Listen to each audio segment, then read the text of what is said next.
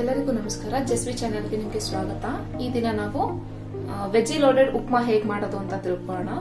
ಅವರೆಕಾಳು ಸೀಸನ್ ಆಗಿರೋದ್ರಿಂದ ನಾನು ಅವರೆಕಾಳು ತಗೊಂಡಿದ್ದೀನಿ. ಅದ್ರ ಜೊತೆಗೆ ಸ್ವಲ್ಪ ಕ್ಯಾರೆಟ್ ಮತ್ತೆ ಬೀನ್ಸ್ ಹಾಕೊಂಡು ಕುಕ್ಕರ್ ಅಲ್ಲಿ ಒಂದು ಕುಕ್ ಕೂಗಿಸ್ಕೊಂಡಿದ್ದೀನಿ. ಸ್ವಲ್ಪ ಉಪ್ಪು ಹಾಕಿ ಕೂಗಿಸಿದ್ದೀನಿ. ಕೂಗಿಸಿದಾಗ ಏನ್ ನೀರ್ ಹಾಕಿದ್ದೆ ಅದನ್ನ ನಾನು ತೆಗೆದಿಟ್ಕೊಂಡಿದ್ದೀನಿ. ಒಂದು ಟೊಮೆಟೊ, ಮೀಡಿಯಂ ಸೈಜ್ ಒಂದು ಟೊಮೆಟೊ, ಮೀಡಿಯಂ ಸೈಜ್ ಒಂದು ಈರುಳ್ಳಿ, ಒಂದು 20 ಎಲೆ ಕರ್ಬೇವಿನ ಸೊಪ್ಪು, 3 ಮೆಣಸಿನ್ಕಾಯಿ ತಗೊಂಡಿದ್ದೀನಿ, 1/4 ಸ್ಪೂನ್ ಅಷ್ಟು ಜೀರಿಗೆ, 1/4 ಸ್ಪೂನ್ ಅಷ್ಟು ಸಾಸಿವೆ, ರುಚಿಗೆ ತಕ್ಕಷ್ಟು ಉಪ್ಪು, 1 ಬೌಲ್ ಆಗುವಷ್ಟು ರವೆ ಹುರಿದಿಟ್ಕೊಂಡಿದ್ದೀನಿ. ಡ್ರೈ ರೋಸ್ಟ್ ಮಾಡಿರೋದು 3 ನಿಮಿಷ ಹುರಿದ್ರೆ ಸಾಕು. ರವೆ ತಗೊಂಡಿದ್ದೀನಿ. 2 ಟೇಬಲ್ ಸ್ಪೂನ್ ಆಗುವಷ್ಟು ಎಣ್ಣೆ, 1 ಟೇಬಲ್ ಸ್ಪೂನ್ ಆಗುವಷ್ಟು ತೆಂಗಿನಕಾಯಿ. ಸೊ ನಾನು ರವೆ 1 ಕಪ್ ಏನು ತಗೊಂಡಿದ್ದೀನಿ ಅದೇ ಕಪ್ಪಲ್ಲಿ 2 ಕಪ್ ಆಗುವಷ್ಟು ನೀರು ಇಲ್ಲಿ ಇದೆ. ಸೊ ಅಳತೆ ಮಾಡ್ಕೊಂಡೆ ಅದನ್ನ ನಾನು ಕಾಳು ಬೇಯೋದಕ್ಕೆ ಹಾಕಿದ್ದೆ. 2 ಕಪ್ ನೀರಲ್ಲಿ ಕಾಳು ಬೇಯಿಸ್ಕೊಂಡಿದ್ದೀನಿ. ಅದೇ ನೀರನ್ನ ನಾನು ಇಲ್ಲಿ ಶೋಧಿಸಿ ಇಟ್ಕೊಂಡಿದ್ದೀನಿ. ಸ್ಟಾರ್ಟ್ ಮಾಡೋಣ. ಮೊದಲಿಗೆ ಬಾಣಲೆ ಇಟ್ಕೊಂಡಿದ್ದೀನಿ.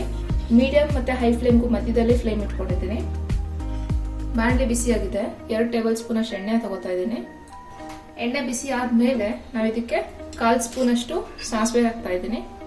ಸಾಸಿವೆ ಸಿಡಿಯೋ ತನಕ ವೆಯ್ಟ್ ಮಾಡಬೇಕು. ಸಾಸಿವೆ ಸಿಡಿದ್ಮೇಲೆ ಜೀರಿಗೆ ಹಾಕಬೇಕು. ಇನ್ನ ಯಾರೆಲ್ಲ ಜಸ್ವಿ ಚಾನೆಲ್ಗೆ ಸಬ್ಸ್ಕ್ರೈಬ್ ಆಗಿಲ್ಲ ಸಬ್ಸ್ಕ್ರೈಬ್ ಮಾಡ್ಕೊಳ್ಳಿ, ಲೈಕ್ ಮಾಡಿ, ಶೇರ್ ಮಾಡಿ. ನಿಮ್ದೇನಾದ್ರೂ ಡೌಟ್ಸ್ ಇದ್ರೆ ಅಥವಾ ಏನಾದ್ರು ನಿಮ್ಮ ಅನಿಸಿಕೆ ಇದ್ರೆ ಅಥವಾ ನೀವು ತಿಂಡಿ ಮಾಡಿದಾಗ ಹೇಗೆ ಅನ್ನಿಸ್ತು ಅನ್ನೋದನ್ನ ಕಮೆಂಟ್ ಮಾಡಿ.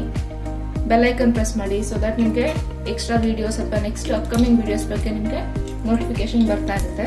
ಸೊ ಸಾಸಿವೆ ಸೌಂಡ್ ಆಗ್ತದೆ. ಈಗ ನಾನು ಜೀರಿಗೆ ಹಾಕ್ತಿದ್ದೀನಿ.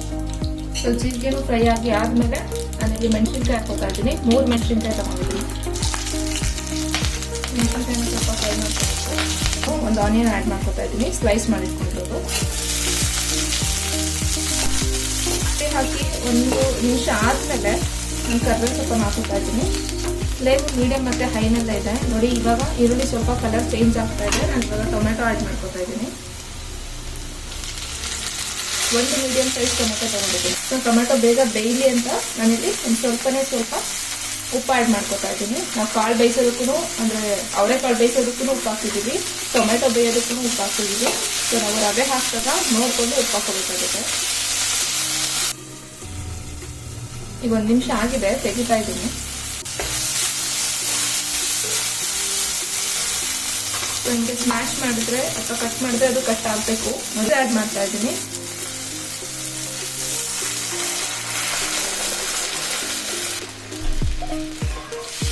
ಸೊ ಚೆನ್ನಾಗಿ ಇದು ಕುದಿ ಬರಬೇಕು. ಲಿಡ್ ಕ್ಲೋಸ್ ಮಾಡಿ ಬಿಡೋಣ. 1 ನಿಮಿಷ ಆಗಿದೆ. ನಾನು ಇವಾಗ ಓಪನ್ ಮಾಡ್ತಾ ಇದ್ದೀನಿ. ಹೈ ಫ್ಲೇಮಲ್ಲಿ ಇರೋದ್ರಿಂದ ತುಂಬ ಬೇಗನೆ ಕುದಿಯುತ್ತಿರುತ್ತೆ. ಇನ್ ಕೇಸ್ ನಿಮಗೆ ಟೊಮೆಟೊ ಫಸ್ಟ್ ಒಗ್ಗರಣೆಲ್ಲ ಬೇಯಕ್ಕಾಗಿಲ್ಲ ಅಥವಾ ಬೆಂದಿಲ್ಲ ಅಂತಂದ್ರೆ ನೀರು ಕುದಿಬೇಕಾದ್ರೂ ಅದು ಚೆನ್ನಾಗಿ ಬೇಯುತ್ತೆ. ಉಪ್ಪು ಹಾಕ್ಬೇಕಾದ್ರೆ ತುಂಬಾ ಹುಷಾರಾಗಿರ್ಬೇಕು. ಯಾಕಂದ್ರೆ ನಾವು ಅವರೆಕಾಳು ಬೇಯಿಸ್ಕೋಬೇಕಾದ್ರೂ ಸ್ವಲ್ಪ ಉಪ್ಪು ಹಾಕಿದೀವಿ. ಜೊತೆಗೆ ಒಗ್ಗರಣೆಲಿ ಟೊಮೆಟೊ ಬೇಯಿಸ್ಕೊಳ್ಳೋದಕ್ಕೂ ಸ್ವಲ್ಪ ಉಪ್ಪು ಹಾಕಿದೀವಿ. ಸೊ ಅದಕ್ಕೆ ನಾನು ಸ್ವಲ್ಪ ಉಪ್ಪು ಹಾಕೋತಾ ಇದ್ದೀನಿ. ಉಪ್ಪು ಹಾಕಿದ್ಮೇಲೆ ಒಂದು 30 ಸೆಕೆಂಡ್ 40 ಸೆಕೆಂಡ್ಗೆಲ್ಲ ಉಪ್ಪು ಕರಗಿರುತ್ತೆ. ಆಮೇಲೆ ನೀವು ನೀರನ್ನ ಟೇಸ್ಟ್ ಮಾಡಿ. ಉಪ್ಪು ಸರಿಯಾಗಿದೆ ಅಂತಂದ್ರೆ ಅಷ್ಟೇ ಸಾಕು.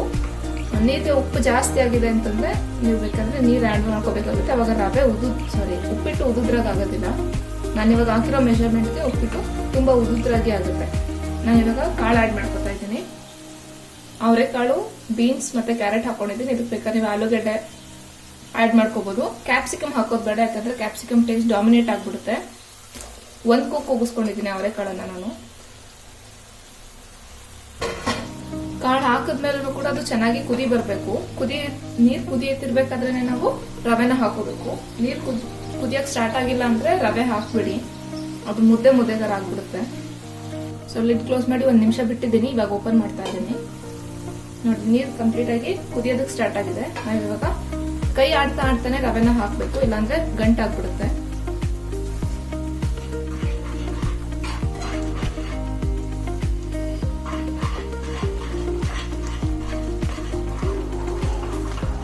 ಎಲ್ಲ ರವೆನೂ ಹಾಕಿದ್ದೀನಿ. ಫ್ಲೇಮ್ ಅನ್ನ ನಾವು ಇವಾಗ ಕಡಿಮೆ ಮಾಡ್ಕೋಬೇಕು. ಆಲ್ಮೋಸ್ಟ್ ಸಿಂಬಲ್ ಇಟ್ಕೊಂಡ್ರು ಆಗುತ್ತೆ.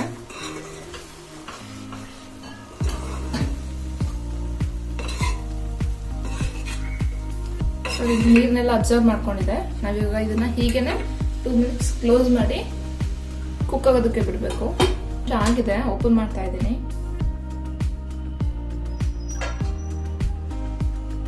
ನೋಡಿ ಈ ರೀತಿ ರೆಡಿ ಆಗಿದೆ. ನಿಮಗೆ ಅನ್ಸ್ಬೋದು ಏನಂತ ರವೆ ರವೆ ಥರನೇ ಇದೆ, ಬೆಂದಿಲ್ಲ ಅಂತ ಅನ್ಸ್ಬೋದು. ಬಟ್ ಮೇಲ್ಗಡೆ ಇರೋ ಲೇಯರ್ ಮಾತ್ರ ಹಂಗಿರುತ್ತೆ, ಒಳಗಡೆ ಇರೋದು ಚೆನ್ನಾಗಿ ಬೆಂದಿರುತ್ತೆ. ಒಂದ್ಸಲ ಮಿಕ್ಸ್ ಮಾಡ್ಕೊತಾ ಇದ್ದೀನಿ.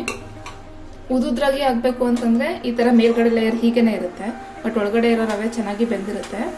ನೀವು ಇಲ್ಲ ನಮಗೆ ಸ್ವಲ್ಪ ತೆಳುವಾಗಿ ಇರಬೇಕು ಅಂತ ಅನ್ಸಿದ್ರೆ ನೀವು 2.5 ಅಥವಾ 3 ಲೋಟ ಬೇಕಾದರೂ ನೀರು ಹಾಕೋಬೋದು. ನಮ್ಗೆ ಯಾವಾಗಲೂ ಹಿಂಗೆ ಉದುರಾಗಿ ಮಾಡ್ಕೊಂಡೇನೆ ಅಭ್ಯಾಸ. ಸೊ ನಾನು 1-2 ನೀರು ಹಾಕೋದು ಯಾವಾಗಲೂ. ಸೊ ಇದಾಗಿದೆ. ಲಾಸ್ಟಲ್ಲಿ ನಾನು ತೆಂಗಿನಕಾಯಿನ ಹಾಕೋತಾ ಇದ್ದೀನಿ.